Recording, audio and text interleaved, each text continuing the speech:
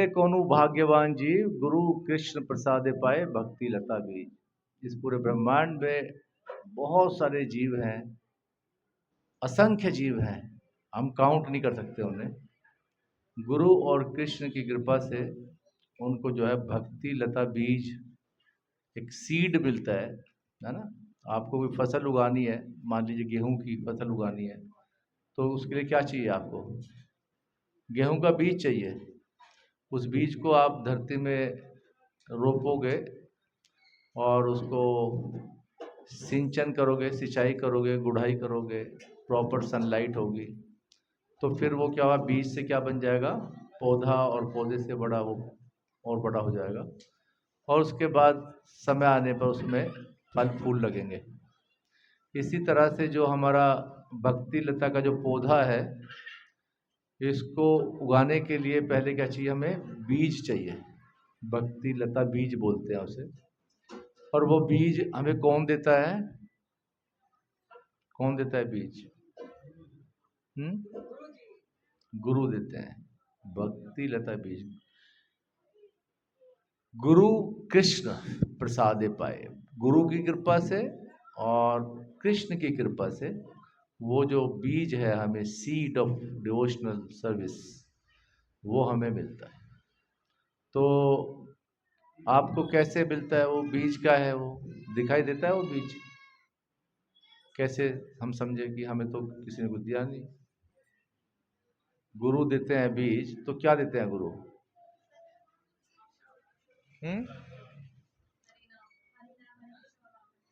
हरि नाम दिया। और बीज किसे कहेंगे फिर? बीज क्या है वो बीज है गुरु द्वारा दिए गए निर्देश। समझ रहे हैं? गुरु ने आपको बोला कि ये भौतिक संसार जो है नश्वर है, मनुष्य जीवन का जो उद्देश्य है वो है कृष्ण की भक्ति करना, और उसके लिए हमें उसका नाम जप करना। हरे कृष्ण कृष्ण कृष्ण हरे हरे, हरे राम राम राम हरे। ये जो निर्देश है यही बीज है। बीज ऐसे नहीं अलग से आपको दिया जाएगा, जी लाओ हाथ करो, पकड़ो, बंद कर दो मुट्ठी। बीज क्या है? ये निर्देश जो आचार्यों ने दिए हैं, गुरु परंपरा ने दिए हैं, और कृष्ण ने दिए हैं। किसमें? भगवत गीता के माध्यम से। समझ रहे हैं? तो कृष्ण जो है भगवत गीता में उपदेश दे रहे हैं, वो हमारे लिए क्या है, बीज का काम करेंगे। तो वो बीज हमें मिल गया। तो गुरु और कृष्ण की कृपा हुई किसी जीव पे, तो उसे क्या मिल गया? भक्ति लता का बीज मिल गया। अब किसकी जिम्मेदारी है उस बीज के लिए? बीज जो है वो पौधा बने, पौधे से फिर उस पे फल आए। किसकी जिम्मेवारी है ये? गुरु की और कृष्ण की? है मेरी या हमारी? हमारी, मेरी? मेरी। हमारी में तो सबकी है भाई, मेरी नहीं है, इनकी है, उनकी है। मेरी जिम्मेवारी है, इंडिविजुअल की जिम्मेवारी है। जब हमें गुरु और कृष्ण की कृपा से बीज मिल गया, बीज मतलब निर्देश मिल गए, उपदेश मिल गए, उन बीजों से कैसे जो है हम उसको पौधा बनाए, पौधा बड़ा हो, हेल्दी पौधा बने, अच्छी फसल होनी चाहिए ना। जो किसान है वो कितना सतर्क रहता है कि जो उसने बीज रोपा है, पहली बात तो कि बीज ठीक हो।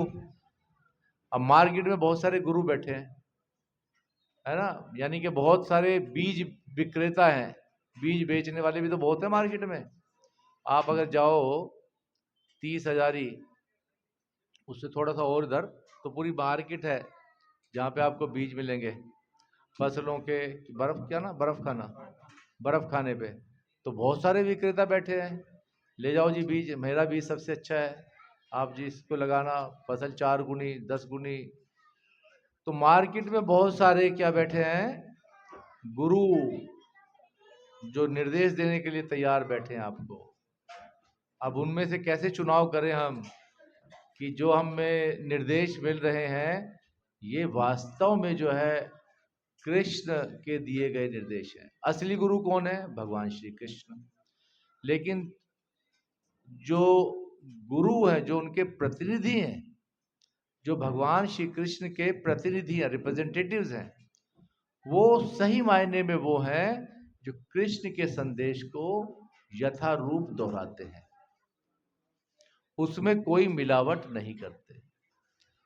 तो इस्कॉन जो संस्था है, गौड़ीय वैष्णव संस्था, ये चैतन्य महाप्रभु द्वारा चला गया आंदोलन।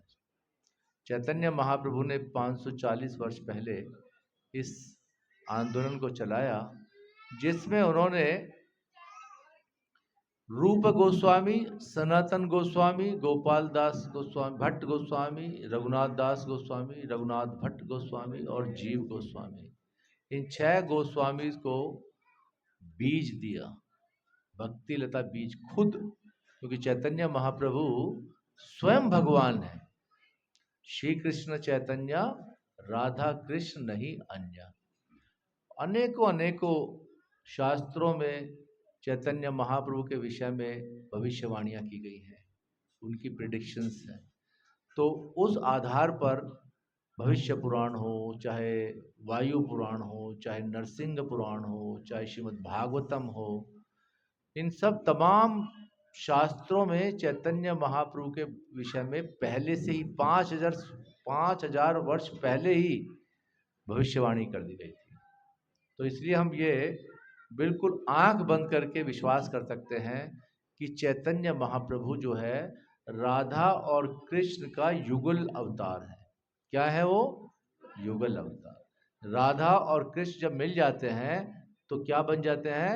चैतन्य श्री कृष्ण चैतन्य। राधा का भाव है और राधा की अंग कांति है। राधा का भाव क्या था?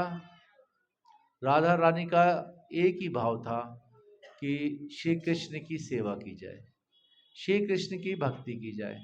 तो इसीलिए चैतन्य महाप्रभु भक्त के रूप में आए, उसी भाव को लेकर आए, उसी भाव को लेकर आए और हमें अपने आचरण से सिखाया कि कैसे हम कृष्ण की भक्ति कर सकते हैं।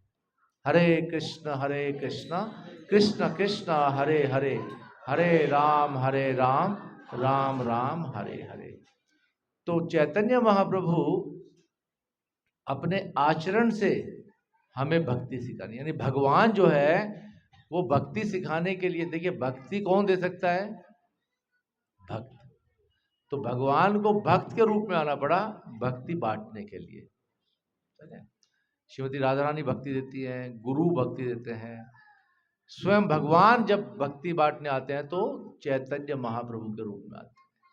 तो चैतन्य महाप्रभु ने अपने जो अनुयायी थे, जो शिष्य थे, जो मैंने अभी नाम 6 लिए आपके, 6 गोस्वामी, उनको वृंदावन में भेजा और वृंदावन में भेजा और कहा कि तुम जाओ वृंदावन में और क्या करो? भक्ति शास्त्रों की रचना करो।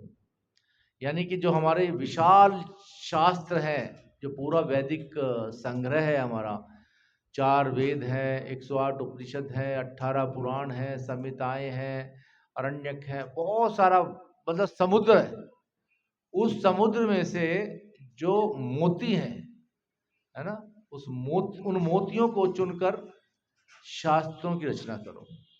तो उन्होंने बहुत सुंदर सुंदर जो है शास्त्रों की रचना की, चाहे रूप गोस्वामी हो, चाहे सनातन गोस्वामी हो, और वृंदावन में रहे। और एक निर्देश तो ये दिया उन्हें कि भक्ति शास्त्रों का रचना।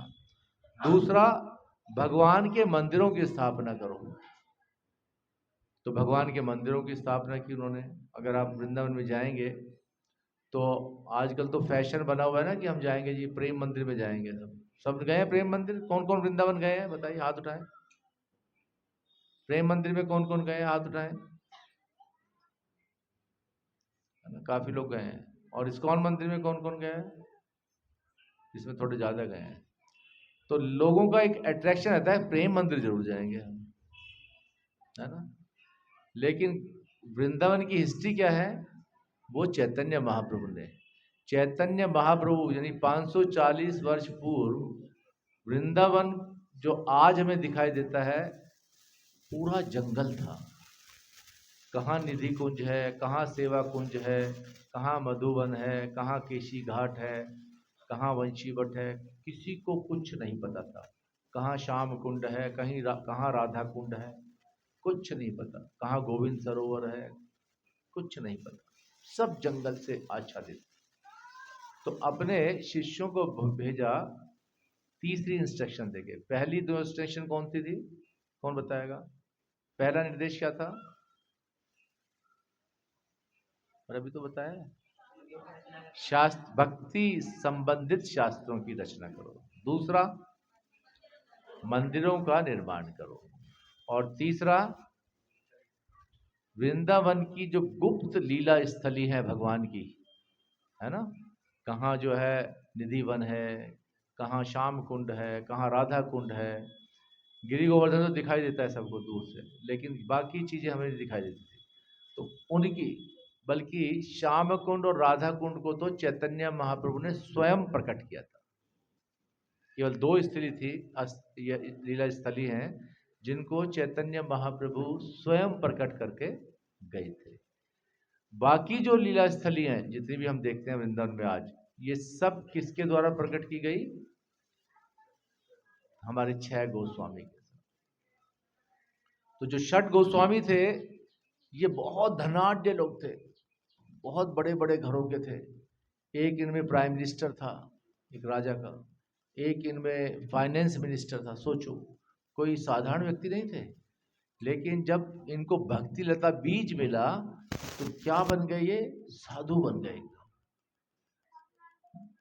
त्यक्त्वा तूर्णमशेष मंडलपति श्रेणीं सदा तुच्छव भूत्वा दीन गणेश को करुणया। तो कहते हैं कि बिल्कुल सब कुछ जो राजपाट था, भूमि थी, राज जितना भी इनका था, सब कुछ तिनके की तरह छोड़ दिया इन्होंने। और बिल्कुल दीनहीन होकर क्या करते थे ये? गोपी भावर साम्रताब्द लहरी कल्लोल मग्नो मुहुः। गोपी भाव क्या था? कि जो हमेशा कृष्ण को ढूंढते रहे, उस भाव का आनंद, उस आनंद में डूबे रहते थे हमेशा। समझ रहे? तो ये थे हमारे 6 गोस्वामी, और इन्होंने एक एक करके लीला स्थलियों को उजागर किया हम सबके लिए, जहां जिस वृंदावन में हम जाते हैं। तो जब भी हम कभी जाएं तो हमें इन 6 गोस्वामी के मंदिर में अवश्य जाना चाहिए। कोई गया आप में से 6 गोस्वामी के मंदिर में? कौन कौन गया है? एक माता जी, वो आप तो गए हैं हमारे साथ, आप गए हैं। हाँ, जिसमें प्रमुख हैं राधा मदन मोहन टेम्पल। आपने देखा पहाड़ी पे लाल पत्थर का ऊंचा सा परिक्रमा मार्ग में आता है मदन मोहन टेम्पल, सनातन गोस्वामी द्वारा बनाया गया। फिर है राधा गोविंद टेम्पल, रूप गोस्वामी द्वारा बनाया गया।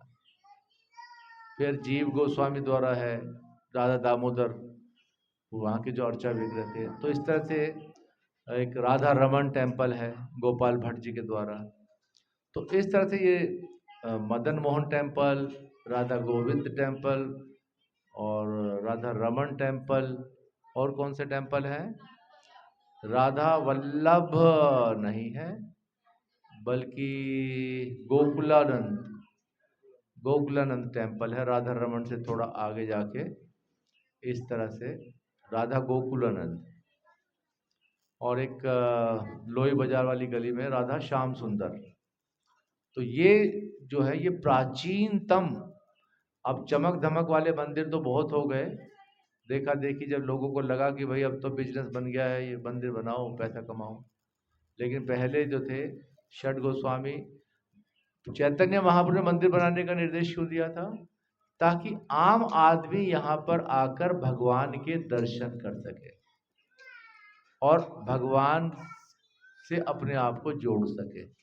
इसलिए भगवान ने, चैतन्य महाप्रभु ने अपने गोस्वामियों को ये आदेश दिया कि आप वहाँ जाकर मंदिरों का निर्माण करो, और जो भगवान की जो पूजा की जो विधि है, अर्चा विग्रहों की सेवा करने की विधि, वो लोगों को बताओ कि कैसे हमें भगवान की सेवा करनी चाहिए। क्योंकि जब तक हम भगवान की सेवा नहीं करेंगे तब तक जो है हमारे जीवन में आनंद नहीं आएगा, तब तक हम संतुष्ट नहीं होंगे। जैसे पानी की मछली है, उसको अगर हम जल में से निकाल कर बाहर रखें और उसको तरह तरह के व्यंजन परोसें तो उसको अच्छा लगेगा? हैं? उसकी मूलभूत आवश्यकता क्या है? पानी। बचपन में कविता थी ना, मछली जल की जीवन इसका, हाथ लगाओ डर जाएगी, बाहर निकालो।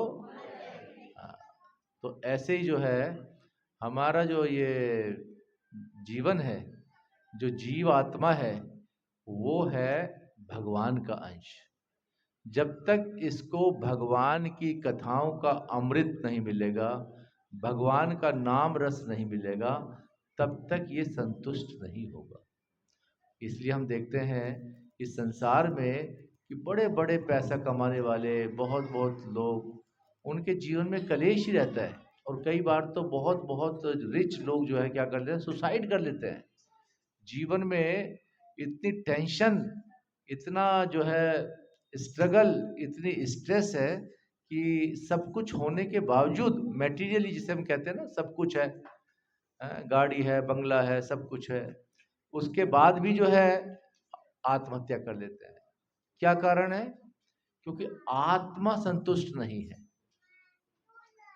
तो श्रीमद् भागवतम में सूत गोस्वामी जी से जो 88 कितने हजार ऋषि थे, नैमिषारण्य में इकट्ठे हुए थे। कलयुग आने वाला था और कलयुग को रिसीव करने के लिए, या कलयुग में जो सिम्टम्स, लक्षण दिखाई देने वाले हैं आने वाले टाइम में, उनको सब पता था।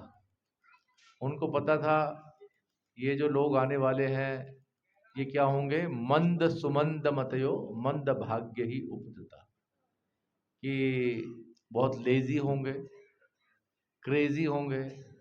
क्रेजी मतलब पागल, है ना? पागल ही ना, जरा जैसी बात पे लड़ने लगते हैं। जिन चीज़ों की कोई वैल्यू नहीं है उनके पीछे भागते रहते हैं। जिन, यानी कि जो परमानेंट चीज़ें हैं उनको हम समझते हैं टेम्परेरी, और टेम्परेरी चीज़ों के पीछे भाग देते हैं हम। यानी जो सही चीज़ें हैं उनको गलत समझते हैं और गलत चीज़ों को सही समझते हैं। ये कलयुग का प्रभाव है। भक्ति करना सही बात है, लेकिन आजकल मॉडर्न जमाना क्या कहता है, अरे कोई भगवान भगवान नहीं है, खाओ पियो ऐश करो। तो गलत चीज़ों को सही समझते हैं। तो वो जानते थे कि ये कलयुग में लक्षण प्रकट होंगे और मनुष्य की जो आयु है वो क्षीण होती जाएगी, धीरे धीरे और कम हो जाएगी। तो इस सब के लिए वो यज्ञ कर रहे थे। तो सूत गोस्वामी से उन्होंने प्रश्न किया कि हमें जो है सारे शास्त्रों का निचोड़ बताओ, है ना? इतने सारे शास्त्र हैं, सब भ्रमित करने वाले भी है। भ्रमित मतलब हमारा लेवल नहीं है वो उन्हें समझने का, तो हम भ्रम में पड़ जाते हैं। इसमें तो ऐसा कहा गया है, उसमें तो ऐसा कहा गया है, वहाँ ऐसा कहा गया है, उस वेद में ऐसा लिखा है, उपनिषद में ऐसा लिखा है, कहीं शिव जी को महान बताया गया है, कहीं दुर्गा को महान बताया गया है, कहीं कृष्ण को महान बताया गया है। हमारे पास पल्ले कुछ नहीं पड़ता, समझ रहे हैं? तो ये भ्रमित रहेंगे। तो उन्होंने कहा भाई हमें तो आप जो है शास्त्रों का निचोड़ बता दो, और जन समुदाय के लिए क्या कल्याणकारी है वो बता दो, कि भाई मनुष्य समाज के लिए जो परम कल्याणकारी चीज है वो बता दो, और सारे शास्त्रों का निचोड़ करके बताओ हमें। हमारी बुद्धि इतनी नहीं है, कलयुग में बुद्धि नहीं है इतनी। अब ऐसा नहीं है ना कि हम जो है आप कहें प्रभु जी ये शास्त्र पढ़ लो, और आप किसी निर्णय पे नहीं पहुंचेंगे। अगर हम सारे शास्त्र उठा के पढ़ेंगे, पहले तो हमारी लाइफ ही चलेगी। इतना साहित्य है, इतना साहित्य है कि हमारी लाइफ ही कम पड़ जाएगी पढ़ते पढ़ते पढ़ते पढ़ते, और फिर किसी निष्कर्ष पर नहीं पहुंचेंगे। क्यों? क्योंकि वेद व्यास जी ने सभी तरह के मनुष्यों को एड्रेस किया है उसमें। जैसे किसी आप रेस्टोरेंट में जाओगे, किसी को चाइनीज चाहिए, किसी को इटालियन चाहिए, कॉन्टिनेंटल चाहिए, मुझे देसी चाहिए, मुझे तो जैन फूड चाहिए, मुझे प्याज लहसुन वाला चाहिए, तो उसमें सबको कैटर किया जाता है। तो ऐसे ही लोग हैं, कुछ तीखा खाने वाले हैं, कोई फीका खाने वाले हैं, कुछ मीठा खाने वाले हैं, कुछ तमोगुणी लोग हैं, कुछ रजोगुणी लोग हैं, कुछ सतोगुणी लोग हैं, कुछ सबके मिक्सचर हैं। किसी में सतोगुण रजोगुण सब में है, मिक्सचर है, किसी में ज़्यादा, किसी में कम, किसी में कम। तो ऐसे लोगों की सारी आवश्यकताएं पूर्ति हो जाएं, उसलिए उन्होंने सब कुछ डाल दिया उसमें। अब ये पहचानना कि मेरे लिए क्या है क्या नहीं बड़ा मुश्किल काम है। तो उन्होंने कहा कि हमें जो है क्या करो, निचोड़ बता दो इनका, और परम कल्याणकारी वस्तु ऐसा बताओ। तो उन्होंने उनको बताया। आप जानना चाहेंगे क्या बताया? क्योंकि हमारे लिए ही बताया उन्होंने कि हमें क्या करना है। सावई पुंसाम परो धर्मो यतो भक्तिर अधोक्षजे अहेतुकी अप्रतिहता ययात्मा सुप्रसिद्धति। कि मनुष्य जीवन में, अगर हमें जब मनुष्य जीवन मिला है तो हमारा परम धर्म है क्या करें? हम अधोक्षज की भक्ति करें। भगवान श्री कृष्ण का एक नाम है अधोक्षज, जो हमारी इंद्रियों से परे है। सावई पुंसाम परो धर्मो, परा धर्म है, ये सबसे बड़ा धर्म है किसी भी जीव का। क्या करना? कि अहेतुक, और भक्ति करें किसकी? अधोक्षज की। और वो भक्ति कैसी होनी चाहिए? है ये नहीं होनी चाहिए माँ मुरादे पूरी कर दे, हलवा बांटूंगी, है ना, एक हाथ दे एक हाथ ले, बिजनेस नहीं होना चाहिए भगवान से। अहेतु की, कोई हेतु नहीं होना चाहिए उसमें, कोई मोटिव नहीं होना चाहिए। मेरा ये लाभ होगा तो मैं भक्ति करूंगा, मुझे 20% कमीशन दोगे तब मैं 5% आपको दूंगा, समझ रहे? अहेतु की। और ऐसा भी नहीं होना चाहिए आज करूंगा कल नहीं करूंगा, 4 दिन करूंगा 6 दिन नहीं करूंगा, हफ्ते में मुझे जो है 3 दिन रेस्ट चाहिए, 4 दिन भक्ति करूंगा। अहेतु की अप्रतिहता। अप्रतिहता मतलब जिसमें कोई रुकावट ना हो, निरंतर निर्बाध चलती रहे, बिना रुकावट के चलती रहे, ऐसी भक्ति करना। ऐसी भक्ति किसकी करनी है? अधोक्षज की। सावई पुंसाम परोधर्मो यतो भक्तिर अधोक्षजे अहेतु की अप्रतिहता। जब हम ऐसा करेंगे तो उसका क्या लाभ होगा? ययात्मा सुप्रसिद्धति, तब हमारी आत्मा संतुष्ट होगी।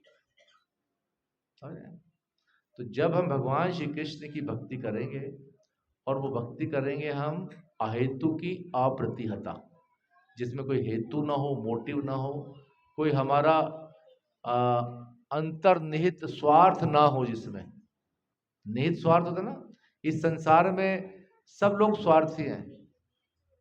प्रभु जी से मुझे काम है तो बहुत मीठा मीठा बोलूंगा, काम नहीं है तो मैं जानता भी नहीं रहे कौन है ये। ऐसे ही हम नाप तोल लेते हैं, कौन व्यक्ति मेरे लेवल का है, कौन व्यक्ति मेरे काम आ सकता है। इस आदमी के बड़े कॉन्टैक्ट्स हैं, चलो इससे कॉन्टैक्ट मुझे बनाना चाहिए, इसके घर पे दिवाली पे गिफ्ट देंगे एक अच्छा था, आना जाना करते हैं, समझ रहे? भगवान की भक्ति करनी है भगवान की प्रसन्नता के लिए, अपनी प्रसन्नता के लिए नहीं। इस्कॉन में जनरली जब आते हैं सब, तो यहाँ तो ये संकीर्तन आंदोलन है। अभी आपने देखा होगा 4:30-5 बजे से कीर्तन ही चल रहा था। मैं कहीं गया हुआ था तो लेट हो गया था, तो 6:30 बजे तक मैं बम्पर बज रहे हैं, मृदंग बज रहा है, जोर जोर से गा रहे हैं। कोई आएगा व्यक्ति कहेगा मैं तो शांति की तलाश में आया था, यहाँ तो शांति नहीं है। इस संकीर्तन आंदोलन में ही शांति है। है ना। ये आंदोलन ऐसा नहीं है कि जहाँ पे सब चुप बैठे, कुछ बोलना नहीं है। आप कई जगह संस्था में जाओगे, वहाँ बस आपको मेडिटेट करना है। कुछ जरा सा बात करने लगो, भगवान का नाम लो, चुप, आवाज़ नहीं करने का है। लेकिन ये जो आंदोलन है ये ऐसा है, खूब बोलो हरे कृष्णा हरे कृष्णा कृष्ण कृष्णा हरे हरे, हरे राम राम राम हरे हरे। नाचो गाओ भक्त संग करो संकीर्तन,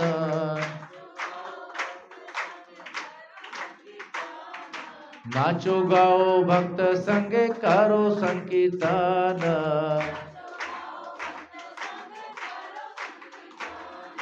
नाचो गाओ भक्त संग करो संकीर्तन,